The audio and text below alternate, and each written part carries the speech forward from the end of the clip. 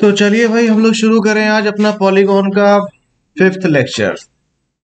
इससे previous 4 lectures में हम लोग क्या क्या पढ़े थे, इसको हम लोग रिकॉल करते हुए आगे बढ़ेंगे। ठीक है, लेक्चर 1 में क्या हो रहा था? लेक्चर 1 में हम लोग पॉलीगॉन्स के बारे में इंट्रोडक्शन देखे थे, उसके बाद टाइप्स ऑफ पॉलीगॉन्स देखे थे, कन्वेक्स एंड कनकेव पॉलीगॉन्स। इसके बाद लेक्चर 2 में हम लोग कुछ प्रॉब्लम देखे थे, problems based on interior angles and some of interior angles of the polygon. इसके बाद हम लोग लेक्चर 3 में आए थे। लेक्चर 3 में हम लोग देखे थे problems based on the exterior angles of the polygon. इसके बाद हम लोग प्रीवियस क्लास जो था हमारा लेक्चर 4 जो था, लेक्चर 4 में हम लोग क्या देखे थे? इंट्रोडक्शन देखे थे, बेसिक इंट्रोडक्शन अबाउट क्वाड्रिलेटरल्स। ठीक है भाई, लेक्चर 4 हमारा कंसंट्रेटेड था किस पर? क्वाड्रिलेटरल्स में, और उसमें कुछ पर्टिकुलर टाइप्स के क्वाड्रिलेटरल्स को हम लोग थोड़ा डिटेल में देखे थे, जिसमें पैरेललोग्राम था, और पैरेललोग्राम के अलावा और क्या क्या था? वो टाइप्स बताया गया था, लेकिन लोग डिटेल्स में केवल 3 क्वाड्रिलेटरल को देखे थे। पहला था पैरेललोग्राम, दूसरा था ट्रेपीजियम, और तीसरा था काइट। ठीक है, क्लास में जो चलता है उसको ध्यान में रखना है। ध्यान रखने का 2-3 तरीका है, कैसे तुम्हें याद रहेगा क्लास में जो चल रहा है वो। पहला है, क्लास में जो चल रहा है उसको ध्यान से सुनना है, और जो भी काम साथ में करने के लिए बोला जाता है उसको थोड़ा ऑनेस्टली करना है, पहला। दूसरा, जब घर जाते हैं, जो भी यहाँ स्लाइड्स में चलता है जिसको तुम लिख कर रखते हो उसको जाकर के घर रिवीजन करना है ना, इसको एकदम मैंडेटरी मानो। दूसरा, अगर तुम्हारे पास फोन एक्सेस है तो ये सारा चैनल पर जा रहा है, उसको वहां भी देख सकते हैं। ठीक है, तो रिवीजन हो जाएगा तुम्हारा। दूसरा, 3-4 दिन बाद इसको फिर से एक बार देख लो, या नहीं तो जो कॉपी में लिखे हैं उसको देख लो, ऐसा मल्टीपल टाइम्स। आज जो क्लास चला उसको घर जाकर देखो, कल जरूर देखो, 3 डेज बाद, आफ्टर 5 डेज, और आफ्टर 1 वीक, फिर 15 डेज बाद, ऐसा मल्टीपल टाइम्स रिपीट करोगे तो तुम्हारे दिमाग में वो हमेशा के लिए फिक्स हो जाएगा, है ना। लेकिन ऐसा तुम सोचोगे कि एक बार क्लास में सुन लिए, समझ लिए, हो गया, वो जितनी तेजी से आता है उतनी उससे ज्यादा अधिक तेजी से निकलता है। ठीक है भाई, तो चलिए हम लोग कुछ एक प्रॉब्लम्स पहले देखते हैं, इससे 2-3 फायदा होगा, प्रीवियस क्लास का सारा चीज रिकॉल हो जाएगा, और कुछ नया प्रॉब्लम्स भी हम लोग देख लेंगे। तो प्रॉब्लम हमारे पास है, कंसीडर द फॉलोइंग पैरेललोग्राम। एक पैरेललोग्राम है, चलो ये ABCD, find the values of the unknown X, Y and Z। ये पैरेललोग्राम है। पैरेललोग्राम का बेसिक प्रॉपर्टी जो प्रीवियस क्लास में लोग डिस्कस किए तो उसको रिकॉल करना है, ब्रेन के रैम में लाओ, और फिर इस सवाल को बनाने की कोशिश करो, तो बन जाएगा, है ना। प्रीवियस क्लास में हम लोग क्या देखे थे? देखो भाई, ये थोड़ा जो है ना डायग्राम में भूल है, ये पैरेललोग्राम की जगह थोड़ा रोम्बस टाइप से बना हुआ, तो इसमें कोई दिमाग कंफ्यूजन नहीं करना। देखो यहाँ पर ये जो है ना, ये 90 डिग्री है भाई। रोम्बस जो होता है ना वो भी पैरेललोग्राम ही है, ये ध्यान देना। सारा रोम्बस पैरेललोग्राम होता है, लेकिन सारा पैरेललोग्राम रोम्बस नहीं होता, वाइस वर्सा ट्रू नहीं है। लेकिन ये जो है एक रोम्बस जैसा शेप बना हुआ, इसलिए तुमको इसमें डायगोनल जो है म्यूचुअली परपेंडिकुलर भी दिख रहा है। इसका मतलब ये दिमाग मत डालना कि diagonals of a parallelogram perpendicular bisectors होते हैं, ऐसा दिमाग में नहीं डाल देना। ठीक है, डायगोनल जो होता है पैरेललोग्राम का वो बाइसेक्टर होता है बस। ठीक है, लेकिन ये केस है किसका? रोम्बस का केस है, इसीलिए इसमें ये परपेंडिकुलर भी है। समझ गए बात? रोम्बस भी क्या है? Is a type of parallelogram. चलिए बनाइए इसको जल्दी से। तो चलिए भाई देखिए, थोड़ा इसका सॉल्यूशन हम लोग देखते हैं। इन दोनों एंगल्स को गौर करना है, एंगल BOC और angle AOD, both are opposite angles, है ना, वर्टिकली अपोजिट एंगल्स। और हम लोग जान रहे हैं क्या कि 2 इंटरसेक्टिंग लाइंस जो होता है इसमें वर्टिकली अपोजिट एंगल्स क्या होता है? इक्वल होता है। Pair of vertically opposite angles are equal to each other in case of intersecting lines. ठीक है भाई, तो ऐसे ही केस में वो दोनों एंगल क्या हो जाएगा? आपस में क्या हो जाएगा? आपस में बहुत अच्छे, आपस में हो जाएगा इक्वल, है ना। क्या हो जाएगा? आपस में इक्वल हो जाएगा। तो अभी देखना है भाई, तो ये एंगल और ये एंगल के आपस में इक्वल है, तो अगर ये 90 डिग्री, ये 90 डिग्री का सिंबल बताया था ना पहले ही, कहीं भी अगर ऐसा है और एंगल की जगह ऐसा बना हुआ, इसका मतलब इसका वैल्यू कितना है 90 डिग्री। तो अगर ये 90 डिग्री है तो x कितना हो जाएगा, बहुत अच्छे, और y कितना हो जाएगा, क्योंकि angle AOD is a triangle. अब angle sum property of a triangle लगाओ, sum of all three angles of a triangle is 180 degree, then the value of y will be 60 degree. नहीं हो जाएगा, ये 90 है तो ये 30 है, तो ये कितना हो जाएगा 180 माइनस 90 प्लस 30, है ना भाई। समझ बात आई? किसी को ना समझ में आ रहा हो तो बता सकते हो कि सर नहीं समझ में आ रहा है, हाँ? जहां दिक्कत हो तकलीफ हो वही बताना है, वही इंजेक्शन लगाऊंगा, है ना। ठीक है भाई, देखो भाई ये पर्टिकुलर सवाल है, इसमें गिवन है इसलिए 90 लिया हूं। ऐसा मत समझना है कि पैरेललोग्राम का डायगोनल्स है तो उसमें हमेशा ऐसा जब भी इंटरसेक्ट करेगा तो at the point of intersection उसका एंगल 90 बनता है, ऐसा नहीं होता है। ये होता है इन केस ऑफ रोम्बस। मैं फिर से बता रहा हूँ, ये एक पर्टिकुलर टाइप का प्रॉब्लम है जिसमें वो एंगल 90 डिग्री गिवन है, इसीलिए हम लोग ऐसा लिए हैं। ठीक है भाई, समझ के बात को। अब आते हैं हम लोग ट्रायंगल एओडी में। तो ट्रायंगल एओडी में y का वैल्यू क्या हो जाएगा, y का वैल्यू हो जाएगा यस। कैसे हुआ ये डिटेल्स किया हुआ है, अगर किसी को ना समझ में आ रहा हो तो इसको देख लेना। सभी को समझ में आ रहा है, बहुत अच्छे। अब देखो भाई, ये टू पैरेलल लाइंस है, ठीक है, और ये है ट्रांसवर्सल। तो देखो इसको ऐसा करके पैरेलल लाइन से ज्यूम करो, इसको ऐसा इमेजिनरी एक्सटेंशन दे दिए, और इसको जो है उसी तरह से ट्रांसवर्सल बना दो इसको, है ना। इसको जब तुम ट्रांसवर्सल बनाओगे तो ये एंगल और ये एंगल क्या होगा, ये एंगल और ये एंगल क्या होगा, vertically sorry alternate interior angles होगा, और अल्टरनेट इंटीरियर एंगल्स आपस में क्या होते हैं, इक्वल होते हैं। तो y इक्वल टू जेड होगा क्या, तो y इक्वल टू जेड होगा। तुमको y पता है पहले से ना, क्या नहीं पता है, बहुत अच्छे। तो अगर y हमारा z है तो सॉरी y हमारा z के इक्वल है तो, और y का वैल्यू 60 है तो, किसी को संशय है इस सवाल में, बहुत अच्छे। तो x और y और z तीनों का वैल्यू मिल गया, बहुत अच्छा। चलिए भाई नेक्स्ट देखिए, consider the following parallelogram, find the values of all known x y and. तो पैरेललोग्राम सब लोगों को दिख रहा है, नहीं दिख रहा है, अच्छा अब दिख रहा है। ये हमारा पैरेललोग्राम है PQRS, और ST उसका एक्सटेंशन है, Z जो है वो एक्सटीरियर एंगल है, एंगल R का वैल्यू दे रखा है 80 degree. Find out the value of x y and z, जल्दी बनाइए। तो चलिए भाई फटाफट थोड़ा देखिए, कोई बहुत डिफिकल्ट वाला इसमें मसला नहीं था। एंगल R 80 दिया हुआ है, एंगल P कितना होगा 80 होगा। अपोजिट एंगल जो होता है पैरेललोग्राम का वो इक्वल होता है। थोड़ा सा दिमाग को ले जाना फ्लैशबैक में, पिछला क्लास में ले जाइए, ये सारा चीज ऑलरेडी हम लोग डिस्कस कर चुके थे। एडजेसेंट एंगल जो होता है पैरेललोग्राम का उसका सम जो है 180 होता है, यानी adjacent angles of a parallelogram are supplementary. ये हम लोग प्रीवियस क्लास में डिस्कस कर चुके थे। और अपोजिट एंगल्स जो होता है पैरेललोग्राम का वो इक्वल होता है ना। तो एंगल R जो है वो 80 डिग्री है, तो एंगल P कितना होगा 80 डिग्री होगा, है ना। एंगल P 80 डिग्री है तो एंगल Q कितना होगा 100 डिग्री होगा, नाइस। एंगल R भी 80 डिग्री दिया हुआ है तो भी एंगल Q कितना होगा 100 डिग्री होगा, क्योंकि एंगल R और एंगल Q भी एडजेसेंट एंगल्स है।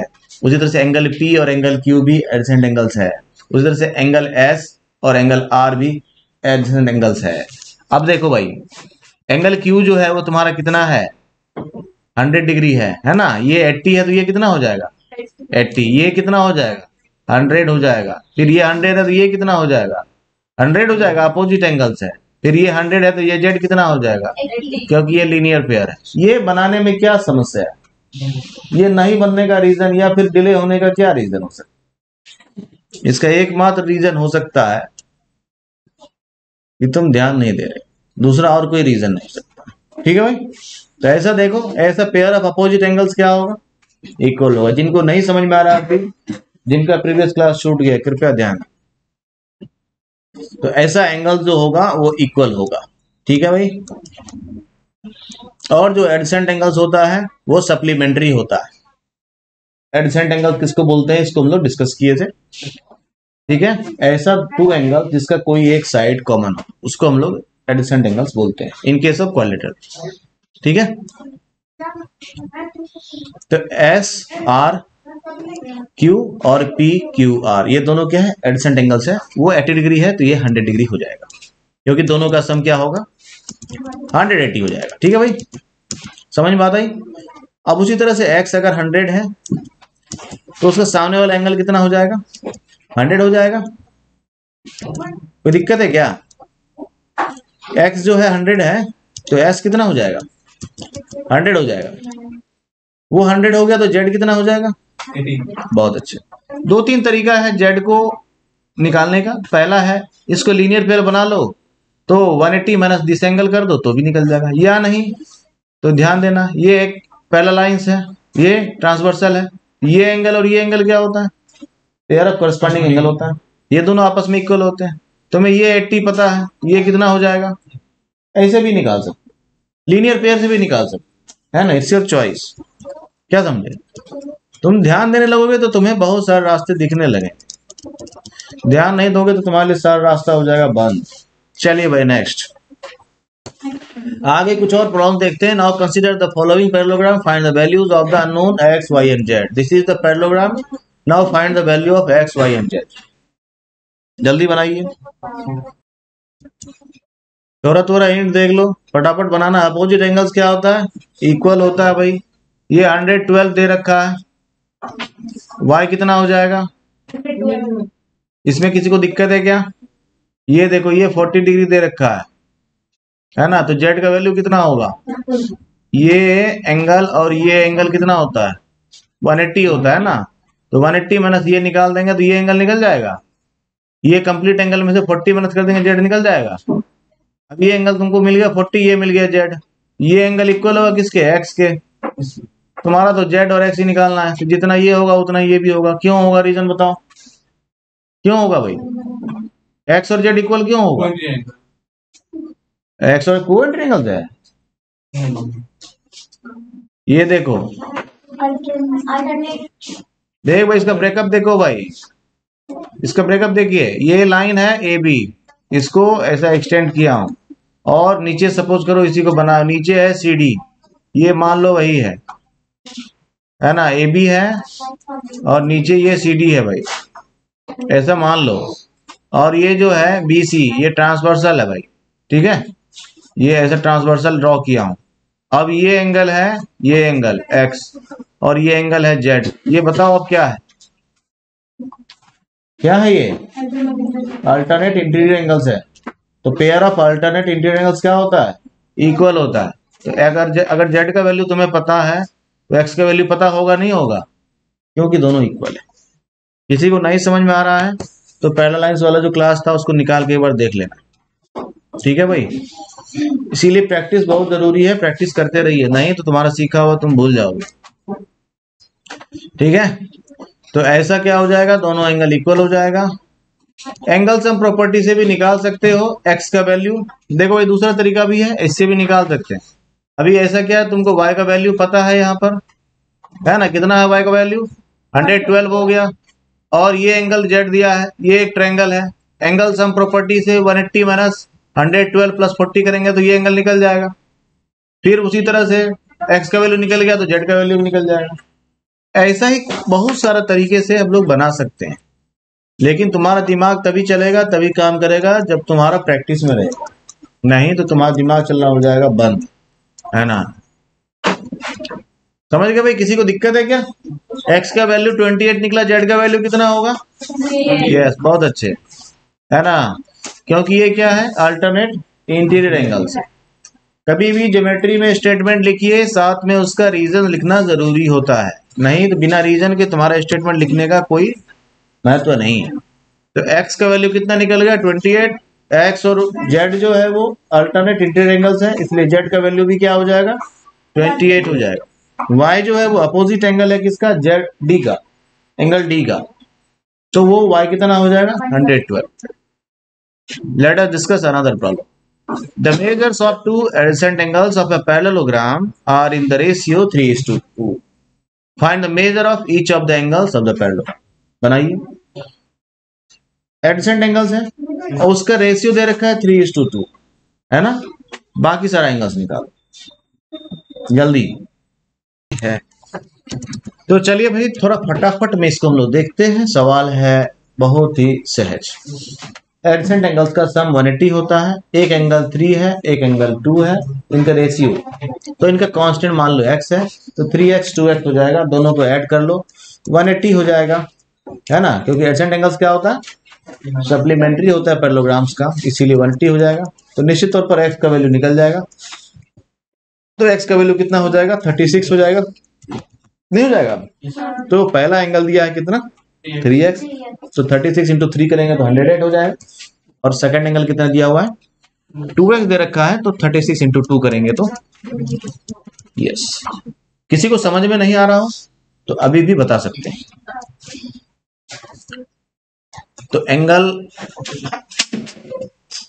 अपोजिट एंगल, बाकी एंगल्स निकालना है तो आसान है।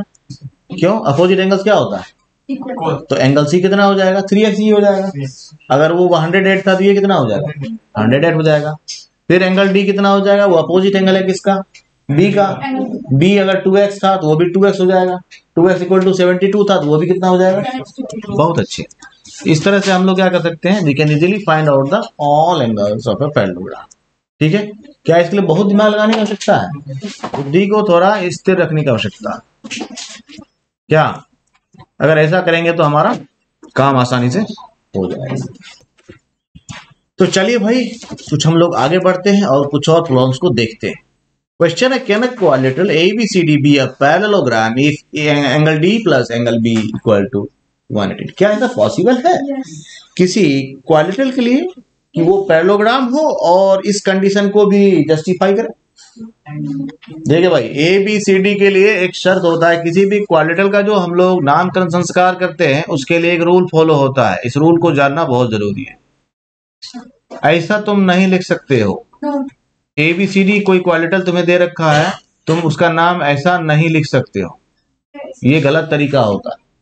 अगर कोई क्वाड्रिलेटरल ABCD है, you can write only following 2 ways, by anti clockwise और बाई क्लॉकवाइज। तीसरा कोई तरीका नहीं है। रैंडम मोशन में तुम नहीं चल सकते भाई, है ना। ज्योमेट्री कहता है सिस्टम में चलो, फॉलो द रूल्स, ठीक है। हाँ, तो एक जो ट्रैफिक रूल्स है पैरेललोग्राम का, ये किसी भी क्वाड्रिलेटरल का, किसी भी पॉलीगन का, किसी भी पॉलीगन का, you have to follow the sequence, है ना, नॉट ओनली फॉर क्वाड्रिलेटरल्स। तो तुम्हें ट्रैफिक रूल्स फॉलो करना है, समझ रहे हो ना। हाँ, ये जो है ना, ये रूल नहीं है रेड सिग्नल आया फिर भी एक्सीलरेटर घुमा दिए, नहीं, बस, है ना। हाँ, समझ गए बात को भाई। तो अब ध्यान देना है कि या तो ये इस तरह का सिस्टम है, तो ये हो गया एंगल बी, ये हो गया एंगल डी। क्या ये संभव है angle D plus angle B equal to 180 हो? नहीं संभव है। क्यों नहीं संभव है? दोनों 90 क्यों नहीं हो सकता है? हाँ, तो वही तो पूछ रहा है वो, क्यों नहीं हो सकता, नहीं हो सकता है क्या? सेकंड वाला देखिए,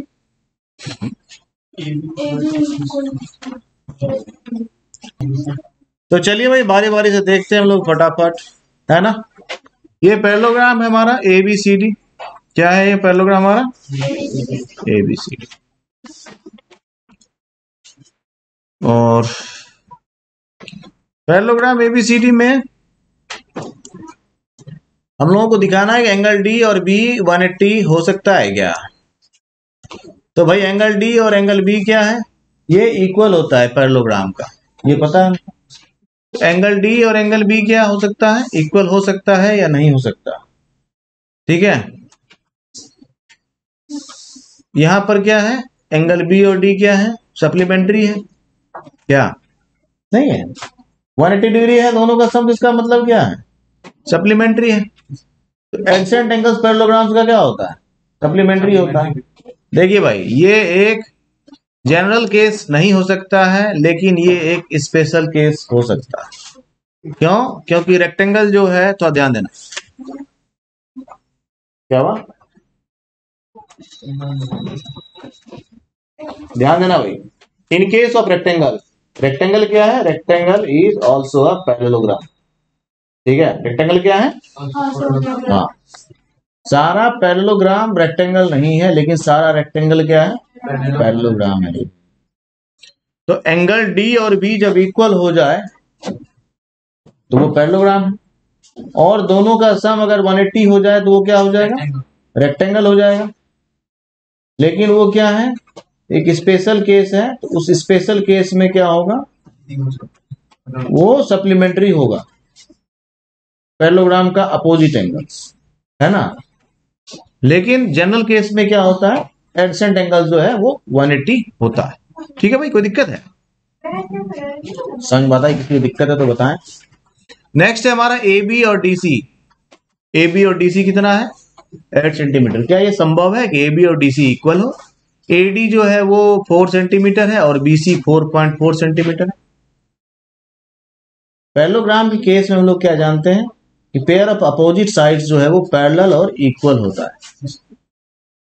तो एडी और बीसी क्या अपोजिट साइड्स नहीं है, लेकिन दोनों का मेजरमेंट डिफरेंट है। क्या ऐसा किसी पैरेललोग्राम के लिए पॉसिबल है? नहीं पॉसिबल है। ऐसा किसके लिए पॉसिबल है? ट्रेपीजियम के लिए पॉसिबल। ये फिगर ट्रेपीजियम हो सकता है, लेकिन पैरेललोग्राम नहीं हो सकता है, ना ही किसी स्पेशल केस में ऐसा हो सकता है। ठीक है भाई। तो अपोजिट साइड्स पैरेललोग्राम का, both pair of opposite sides must be parallel and equal to each other, ये शर्त होता है इसका। ये अगर 4 है, ये 4.4 है, तो ये किसी पैरेललोग्राम का साइड नहीं हो सकता। ठीक है भाई। तो दूसरा कंडीशन देखो, पहला कंडीशन जो है ना वो कंडीशनल सही है, ये 100% जो है ना ये गलत नहीं है, ये ध्यान देना। ये जनरल केस में ऐसा नहीं होता है, लेकिन ये स्पेशल केस में ये वैलिड हो जाएगा। लेकिन सेकेंड वाला जो है ये इन जनरल ही क्या है? रॉन्ग है, ऐसा कभी नहीं हो सकता। ठीक है। थर्ड है हमारा angle A equal to 70 degree और angle C equal to 65 degree. क्या ये पॉसिबल है? नहीं। क्यों? अपोजिट एंगल्स पैरेललोग्राम का इक्वल होता है। हाँ, वो संभव है कि दोनों 90 हो जाए जैसे पहला वाला केस, लेकिन इक्वल होना चाहिए। तो तीसरा केस भी हमारा पूरी तरह से क्या है? रॉन्ग है। ठीक है भाई। ये किसी को समझ में ना आया हो तो बताएं। समझ में आ गया? चलिए भाई। Now draw a figure of a quadrilateral that is not a parallelogram but has exactly two opposite angles of equal measure। ऐसा कोई क्वाड्रिलेटरल ड्रॉ करो जो पैरेललोग्राम नहीं हो, लेकिन उसका अपोजिट एंगल जो है वो इक्वल हो। बनाओ जल्दी। तो चलिए भाई, तो ऐसा पॉसिबल है कब? इन केस ऑफ काइट। काइट के केस में क्या होता है? आपका one pair of opposite angles क्या होता है? इक्वल होता है। तो यहां एंगल बी और एंगल डी क्या होगा? आपस में इक्वल हो जाएगा। एंगल ए और एंगल सी आपस में इक्वल नहीं होगा। ठीक है, समझ गए? किसी को दिक्कत है क्या इसमें? और ए बी सी डी क्या है? पैरेललोग्राम भी नहीं है, काइट। ठीक है, चलिए भाई। Two adjacent angles of a parallelogram have equal measure. Find the measure of the angles of the parallelogram. Two adjacent angles of a parallelogram have equal measure. Adjacent angles है, समझ में आ रहा है? ये पैरेललोग्राम में सपोज करो, और इसका एडसेंट एंगल्स कौन कौन है? ए और बी, या फिर बी और सी, कोई सा भी ले लो, है ना। और इनका क्या मेजरमेंट है? इक्वल है। तो कह रहा है बाकी एंगल्स का मेजरमेंट क्या होगा? निश्चित तौर पर ये केस किसका है? रेक्टेंगल का केस है। ये एक स्पेशल केस होता है पैरेललोग्राम का, जिसमें एडसेंट एंगल्स अगर इक्वल है, अपोजिट एंगल्स तो इक्वल होता ही है, और सारा का मेजरमेंट हो जाता है 90 डिग्री। समझने में किसी को दिक्कत है तो बताइए। क्या दिक्कत है भाई? अगर इसको बनाना होगा तो एंगल ए और एंगल बी एडसेंट एंगल्स हैं, और दोनों अगर इक्वल है तो दोनों का वैल्यू x ले लो, x plus x 2x equal to 180 कर लेना, x का वैल्यू 90 आ जाएगा। अगर मैथमेटिकली प्रूव करने की बात आए, इस तरह से बना सकते, है ना। सॉल्यूशन किसी को चाहिए तो ऐसा देख ले। ठीक है भाई, बाकी एंगल्स क्या हो जाएगा, बाकी एंगल्स 90 90 हो जाएगा क्योंकि अपोजिट एंगल्स इक्वल होता है पैरेललोग्राम में। तो केस किसका हो जाएगा एक्चुअली, रेक्टेंगल का। तो the parallelogram is actually rectangle, ठीक है। इसका वाइस वर्सा ट्रू नहीं होता, ध्यान देना। तो सब लोगों को समझ में आया? तो आज के लिए इतना है।